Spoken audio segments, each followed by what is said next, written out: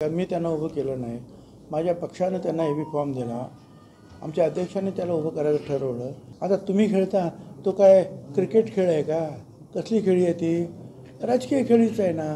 नाही ना, तर तुम्ही शिक्षक आहात ना, तर स्वतःच्या जोरावर जे आहे ना मतं मिळवा ना. त्याच्यासाठी मुख्यमंत्र्यांना उतरवण्याचं काय कारण आहे? आम्ही तरी अजून उतरलो नाही मंत्री म्हणून, कुठे प्रचाराला गेलो नाही.